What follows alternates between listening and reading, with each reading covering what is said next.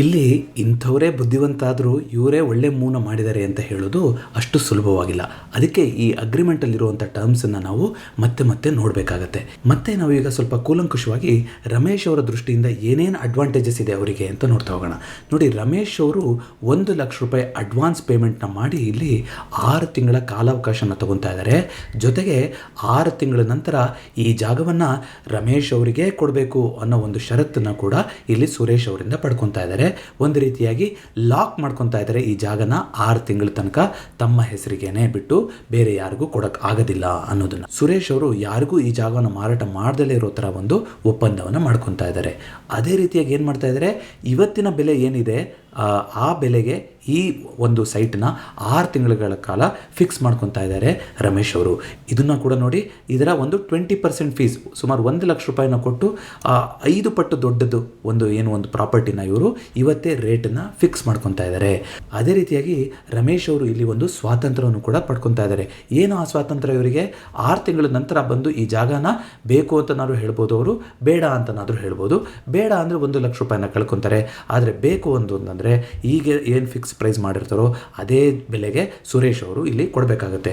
ಆದರೆ ಸುರೇಶ್ ಅವರ ದೃಷ್ಟಿಯಿಂದ ನೀವು ನೋಡೋದಾದರೆ 6 ತಿಂಗಳ ನಂತರ ರಮೇಶ್ ಅವರು ಬಂದು ಈ ಜಾಗವನ್ನು ಬೇಕು ಅಂತ ಕೇಳಿದ್ರು ಅಂದರೆ ಸುರೇಶ್ ಅವರು ಇಲ್ಲ ಅಂತ ಹೇಳೋ ಆಗಿಲ್ಲ. ಯಾಕೆ ಅಂದರೆ ಮುಂಚಿತವಾಗಿ 1,00,000 ರೂಪಾಯಿ ಅಡ್ವಾನ್ಸನ್ನು ಇಸ್ಕೊಂಡ್ಬಿಟ್ಟಿದ್ದಾರೆ, ನಾನ್ ರಿಫಂಡಬಲ್ ಅಡ್ವಾನ್ಸನ್ನು ಇಸ್ಕೊಂಡ್ಬಿಟ್ಟಿದ್ದಾರೆ. ಹಾಗಾಗಿ ಅವರು ಇವಾಗ ಬಂದು ಕೇಳಿದ್ರೆ ಇಲ್ಲ ಅಂತ ಹೇಳಂಗಿಲ್ಲ. ಮಾರ್ಕೆಟಲ್ಲಿ ಏನೇ ಪ್ರೈಸ್ ನಡೀತಾ ಇದ್ರು ಜಾಗದ್ದು ಇವರು 5,00,000 ರೂಪಾಯಿಗೇನೆ ಈ ಜಾಗವನ್ನು ಅವರಿಗೆ ಮಾರಾಟ ಮಾಡಬೇಕಾಗತ್ತೆ.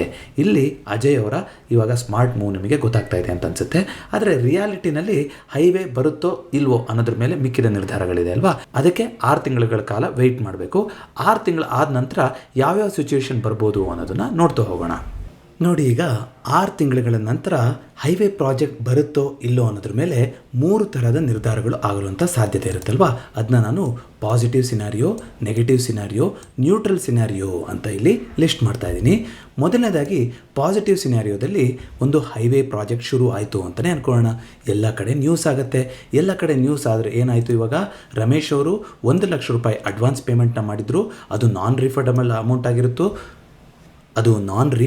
ಅಮೌಂಟ್ ಆಗಿತ್ತು. ಅದನ್ನ ವಾಪಸ್ ಕೇಳೋ ಹಾಗಿಲ್ಲ. ಅವರು ಅಗ್ರಿಮೆಂಟು ಅವರು ಅದನ್ನ ಸರಿ ಮಾಡ್ಕೊಳ್ಳಿ ಅಥವಾ ಅಗ್ರಿಮೆಂಟ್ ಬೇಡ ಅಂತ ಅಲ್ಲಿಗೆ ನಿಲ್ಲಿಸಿ ಹೋಗಲಿ.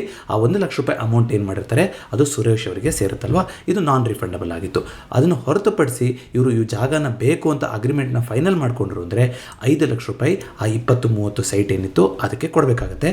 ಸೊ ಒಟ್ಟಾರೆಯಾಗಿ ಅಡ್ವಾನ್ಸ್ ಪೇಮೆಂಟು, ಅಗ್ರಿಮೆಂಟಲ್ಲಿ ಮಾತಾಡಿದಂತಹ ಜಾಗದ ಬೆಲೆ 5,00,000 ಎರಡು ಸೇರಿ 6,00,000 ರೂಪಾಯಿ ಟೋಟಲ್ ಎಕ್ಸ್ಪೆನ್ಸ್ ಆಗ್ತಾ ಹೋಗುತ್ತೆ ರಮೇಶ್ ಅವರಿಗೆ. ಆದರೆ ಈ ನ್ಯೂಸ್ ಬಂದಿದ್ದರಿಂದ ಅಲ್ಲಿನ ಮಾರ್ಕೆಟ್ ಬೆಲೆ ತುಂಬ ಮೇಲ್ಗಡೆ ಹೋಯಿತು. ಭೂಮಿದು 5,00,000 ಇದ್ದಿದ್ದಂಥ ಸೈಟ್ ರೇಟು 10,00,000ಕ್ಕೆ ಹೋಗ್ಬಿಡ್ತು ಅಂತ ಅನ್ಕೋಣ 6 ತಿಂಗಳ ನಂತರ. ಇದರಿಂದ ಏನಾಗ್ತಾ ಹೋಗುತ್ತೆ ನೋಡಿ, ರಮೇಶ್ ಅವರಿಗೆ ಅಗ್ರಿಮೆಂಟ್ ಅಮೌಂಟು ಮತ್ತು ಅಡ್ವಾನ್ಸ್ ಅಮೌಂಟು 6,00,000 ಖರ್ಚನ್ನು ಮಾಡಿದ್ದಾರೆ ಅವರು. ಅದಲ್ಲದಲ್ಲೂ ಕೂಡ 4,00,000 ರೂಪಾಯಿ ಲಾಭ ಸಿಗ್ತಾ ಹೋಗುತ್ತೆ ರಮೇಶ್ ಅವರಿಗೆ. ಅದೇ ಆ ಕಡೆ ಸುರೇಶ್ ಅವರಿಗೆ ಈ ಜಾಗವನ್ನು 6 ತಿಂಗಳ ಕಾಲ ಹಾಗೆ ಇಟ್ಕೊಂಡಿದ್ರು ಅಂತಂದರೆ 4,00,000 ರೂಪಾಯಿ ಇನ್ನೂ ಹೆಚ್ಚಿನ ಮೊತ್ತಕ್ಕೆ ಅವರು ಮಾರ್ಬೋದಾಗಿತ್ತು. ಹಾಗಾಗಿ ಈ ಸಿಚುವೇಷನಲ್ಲಿ ವಿನ್ನರ್ ಯಾರಾಗಿರ್ತಾರೆ? ರಮೇಶ್ ಅವರೇ ಆಗಿರ್ತಾರೆ. 1,00,000 ರೂಪಾಯಿ ಅಡ್ವಾನ್ಸ್ ಪೇಮೆಂಟ್ನ ಮಾಡಿ 6 ತಿಂಗಳ ಕಾಲ ವೆಯ್ಟ್ ಮಾಡಿಕೊಂಡು ಬಂದು ಅದರ 4 ಪಟ್ಟು ದೊಡ್ಡ, ಅದು ಅಂದರೆ 4,00,000 ರೂಪಾಯಿ ಪ್ರಾಫಿಟ್ನ ಮಾಡ್ಕೊಂಡು ಹೋದರು.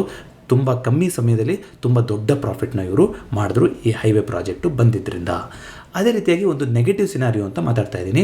ನೆಗೆಟಿವ್ ಸಿನಾರಿಯೋ ಏನು ಅಂತಂದರೆ, ನ್ಯೂಸಲ್ಲೋ ಅಥವಾ ಎಲ್ಲೋ ಒಂದು ಕಡೆ ಬಂದು ಇಲ್ಲ ಈ ಜಾಗದಲ್ಲಿ ಮುಂಬರುವ ದಿನಗಳಲ್ಲಿ ಯಾವುದೇ ರೀತಿಯಾದಂಥ ದೊಡ್ಡ ಪ್ರಾಜೆಕ್ಟ್ನ ಕೈಗೊಳ್ಳೋಕ್ಕಾಗೋದಿಲ್ಲ, ಇದು ಒಂದು ಎಂಡೇಂಜರ್ಡ್ ಝೋನ್ ಆಗಿದೆ ಅಥವಾ ಬೇರೆ ಯಾವುದೋ ಒಂದು ಕಾರಣದಕ್ಕಾಗಿ ಇಲ್ಲಿ ಒಂದು ಆ್ಯಕ್ಟಿವಿಟೀಸ್ನ ತೊಗೊಳಕ್ಕಾಗೋದಿಲ್ಲ, ಬದಲಿಗೆ ಇದ್ರ ಬದಲು ಇನ್ನೊಂದನ್ನು ಜಾಗನ ನಾನು ಹಬ್ ಅಂತ ಮಾಡ್ತಾ ಇದ್ದೀವಿ ಅಂತ ಸರ್ಕಾರದಿಂದ ಒಂದು ಅನೌನ್ಸ್ಮೆಂಟ್ ಆಗಿಬಿಡುತ್ತೆ ಅಂತ ಅಂದ್ಕೊಳ್ಳೋಣ. ಆಲ್ರೆಡಿ ನಿಮಗೆ ನೆನಪಿರಬೇಕು, ಸುರೇಶ್ ಅವರು ಈ ಜಾಗದಲ್ಲಿ ಸುಮಾರು ವರ್ಷದಿಂದ ನೀರಿನ ಕನೆಕ್ಷನ್ಗೆ ವೆಯ್ಟ್ ಮಾಡ್ತಾಯಿದ್ರು. ಅದ್ರ ಜೊತೆಗೆ ಈ ನ್ಯೂಸು ಬಂದಿದ್ದರಿಂದ ಅಲ್ಲಿ ಜನ ಏನು ಬೈ ಮಾಡಬೇಕು ಅಂತಿದ್ರು ಅವರಿಗೆಲ್ಲ ಡಿಸಪಾಯಿಂಟ್ಮೆಂಟ್ ಆಗೋದ್ರಿಂದ ಜಾಗದ ಬೆಲೆ ಕುಸ್ತು ಹೋಯಿತು ಅಂತ ಅನ್ಕೊಳ್ಳೋಣ.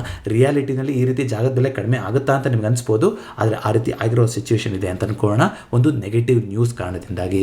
ಇದರಲ್ಲಿ ಏನಾಗುತ್ತೆ, ಈ ಟೈಮಲ್ಲಿ ಏನು ಮಾಡ್ತಾರೆ, ರಮೇಶ್ ಅವರು ಈ ಜಾಗನ ತೊಗೊತಾರ, ಇಲ್ಲ 1,00,000 ರೂಪಾಯಿ ಅಡ್ವಾನ್ಸ್ನ ಮಾಡಿರ್ತಾರೆ, 5,00,000 ರೂಪಾಯಿ ಅಗ್ರಿಮೆಂಟ್ ಮೊತ್ತ ಅಂತ ಹೇಳಿರ್ತಾರೆ. ಆದರೆ ಮಾರ್ಕೆಟ್ ಬೆಲೆನೇ ಇವಾಗ 4,00,000 ರೂಪಾಯಿಗೆ ಬಂದುಬಿಟ್ಟಿದೆ.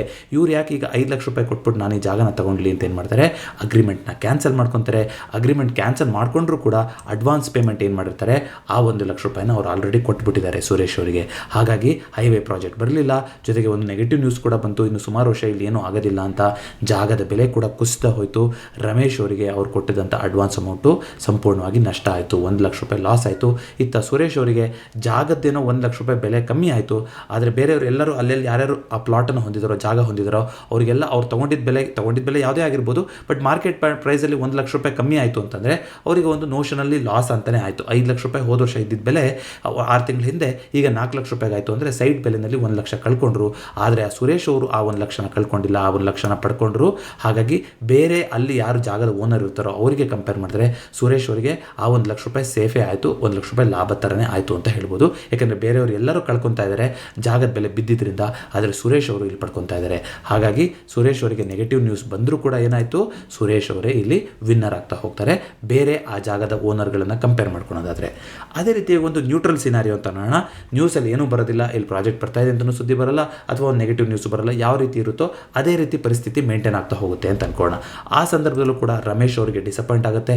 ಅಯ್ಯೋ ಇಲ್ಲೇನೂ ಬರ್ತಾ ಇಲ್ಲ, ನಾನು ಯಾಕೆ ಇಲ್ಲಿ ಈಗ ಈ ಜಾಗವನ್ನು ಕೊಂಡ್ಕೊಳ್ಳಿ, ಬೇರೆ ಯಾವುದಾದ್ರೂ ಆ ಥರ ಪೊಟೆನ್ಷಿಯಲ್ ಇರೋ ಜಾಗನ ಕೊಂಡ್ಕೊಳ್ಳೋಣ ಅಂತ ಯೋಚನೆ ಮಾಡ್ತಾರೆ. 1 ಲಕ್ಷ ರೂಪಾಯಿ ಅಡ್ವಾನ್ಸ್ ಅಮೌಂಟ್ನ ಕೊಟ್ಟಿರ್ತಾರೆ, 5 ಲಕ್ಷ ರೂಪಾಯಿ ಅಗ್ರಿಮೆಂಟ್ ಪ್ರೈಸ್ ಆಗಿರುತ್ತೆ. ಆದರೆ ಮಾರ್ಕೆಟ್ ಪ್ರೈಸು 5 ಲಕ್ಷ ರೂಪಾಯೇ ಉಳ್ಕೊಂಡಿದ್ದರಿಂದ ಅವರು ಏನೂ ಒಂದು ನಿರ್ಧಾರವನ್ನು ತೊಗೊಳೋಕ್ಕೆ ಇಷ್ಟಪಡೋದಿಲ್ಲ. 1 ಲಕ್ಷ ರೂಪಾಯಿ ಅಗ್ರಿಮೆಂಟ್ ಅಮೌಂಟ್ ಹೋದರೂ ಪರವಾಗಿಲ್ಲ ಅಂಥೇಳಿ ಅಗ್ರಿಮೆಂಟ್ನ ಕ್ಯಾನ್ಸಲ್ ಮಾಡ್ಕೊತ ಹೋಗ್ತಾರೆ. ಇದರಿಂದನೂ ಕೂಡ ಏನಾಯಿತು, ರಮೇಶ್ ಅವರಿಗೆ 1 ಲಕ್ಷ ರೂಪಾಯಿ ಲಾಸ್ ಆಯಿತು. ಅತ್ತ ಸುರೇಶ್ ಅವರಿಗೆ ಏನೂ ಮಾಡ್ತಾರೆ, 6 ತಿಂಗಳು ಅದೇ ರೀತಿ ಜಾಗ ಇಟ್ಕೊಂಡಿದ್ರು, ಬೆಲೆನೂ ಏನು ಜಾಗದ ಬೆಲೆ ಜಾಸ್ತಿ ಆಗಿಲ್ಲ, ಆದರೆ ಈಸಿಯಾಗಿ 1 ಲಕ್ಷ ರೂಪಾಯಿ ಸುರೇಶ್ ಅವರಿಗೆ ಸಿಗ್ತಾ ಹೋಯಿತು. ಹಾಗಾಗಿ ನ್ಯೂಟ್ರಲ್ ಸಿನಾರಿ, ಏನೂ ನ್ಯೂಸ್ ಬರಲಿಲ್ಲ ಅಂತಂದ್ರೂ, ಪಾಸಿಟಿವ್ ನೆಗೆಟಿವ್ ಏನೂ ನ್ಯೂಸ್ ಬರಲಿಲ್ಲ ಅಂದ್ರೂ ಸುರೇಶ್ ಅವರೇ ಇಲ್ಲಿ ವಿನ್ನರ್ ಆಗ್ತಾ ಹೋಗ್ತಾರೆ. ಹೋಪ್ಫುಲಿ ನಿಮಗೆ ಈಗ ಒಂದು ಸಿಚುಯೇಷನ್ ಅರ್ಥ ಆಗ್ತಾ ಇದೆ ಅಂತ ಅನಿಸುತ್ತೆ. ಈಗ ನೋಡಿ, ರಮೇಶ್ ಅವರು ಸ್ಮಾರ್ಟ್ ಮೂವ್ ಮಾಡಿದ್ರು ಅಂತ ನಿಮಗೆ ಅನಿಸಿರ್ಬೋದು, ಆದರೆ ಪ್ರಾಬಬಿಲಿಟಿ ಅಂತ ನೋಡ್ತಾ ಬರೋದಾದರೆ 3 ಸಿಚುಯೇಷನ್ ಇರೋದು. ಒಂದು ಪಾಸಿಟಿವ್ ನ್ಯೂಸ್ ಆಗಬೇಕು, ಇಲ್ಲ ನೆಗೆಟಿವ್ ನ್ಯೂಸ್ ಆಗಬೇಕು, ಇಲ್ಲ ಏನೂ ಆಗದಲ್ಲೇ ಹಾಗೆ ಇರಬೇಕು. ಆದರೆ 2 ಸಿಚುಯೇಷನಲ್ಲಿ ಸುರೇಶ್ ಅವರೇ ಗೆಲ್ಲುವಂಥ ಪ್ರಾಬಬಿಲಿಟಿ ಇದೆ ಅಲ್ವಾ. ಸೊ ಪ್ರಾಬಬಿಲಿಟಿ ಆಫ್ ವಿನ್ನಿಂಗ್ ಅಂತ ನಾವು ನೋಡೋದಾದರೆ ಈಗ ಸುರೇಶ್ ಅವರಿಗೆ 66% ಆಗೋಯಿತು, ಆದರೆ ರಮೇಶ್ ಅವರಿಗೆ ಕೇವಲ 33% ಪ್ರಾಬಬಿಲಿಟಿ ಆಯಿತು. ಇದು ತುಂಬ ಇಂಪಾರ್ಟೆಂಟ್ ಆಗ್ತಾ ಹೋಗುತ್ತೆ ಆಪ್ಷನ್ ಬೈಯರ್ ಮತ್ತು ಆಪ್ಷನ್ ಸೆಲ್ಲರ್ ಅಂತ ನಾವು ವಿಚಾರ ಮಾಡಬೇಕಾದ್ರೆ. ಆಪ್ಷನ್ ಬೈಯರಿಗೆ ಗೆಲ್ಲುವಂಥ ಪ್ರಾಬಬಿಲಿಟಿ ತುಂಬ ಕಮ್ಮಿ ಇರುತ್ತೆ, ಆದರೆ ತುಂಬ ಕಡಿಮೆ ಸಮಯದಲ್ಲಿ ತುಂಬ ಒಳ್ಳೆಯ ರಿಟರ್ನ್ ಬರುವಂಥ ಸಾಧ್ಯತೆ ಇರುತ್ತೆ. ಆದರೆ ಆಪ್ಷನ್ ಸೆಲ್ಲರಿಗೆ ಅಂಥ ಒಳ್ಳೆಯ ರಿಟರ್ನ್ ಬರ್ದಲೇ ಇದ್ರೂ ಕೂಡ ಪ್ರಾಬಬಿಲಿಟಿ ಆಫ್ ವಿನ್ನಿಂಗ್ ಗೆಲ್ಲುವಂಥ ಸಾಧ್ಯತೆ ಜಾಸ್ತಿ ಇರುತ್ತೆ. ಇದು ಮುಂಬರುವ ದಿನಗಳಲ್ಲಿ ಇನ್ನೂ ಡೀಟೇಲ್ ಆಗಿ ಮಾತಾಡ್ತಾ ಹೋಗೋಣಂತೆ. ಹೋಪ್ಫುಲಿ ನಿಮಗೆ ಯಾವ್ಯಾವ ಸಿನಾರಿಯೋ ಇತ್ತು, ಹಾಗೆಯೇ ಯಾವ ರೀತಿಯಾಗಿ ರಿಯಲ್ ಎಸ್ಟೇಟನ್ನು ಕಂಪೇರ್ ಮಾಡಿ ನಾವು ಆಪ್ಷನ್ ಚೇನ್ನ ಮಾತಾಡ್ತಾ ಇದ್ದೀವಿ ಅಂತ ನೆಕ್ಸ್ಟ್ ವಿಡಿಯೋದಲ್ಲಿ ಇನ್ನೂ ಡೀಟೇಲ್ ಆಗಿ ನಿಮಗೆ ತಿಳಿಸ್ತಾ ಹೋಗ್ತೀನಿ.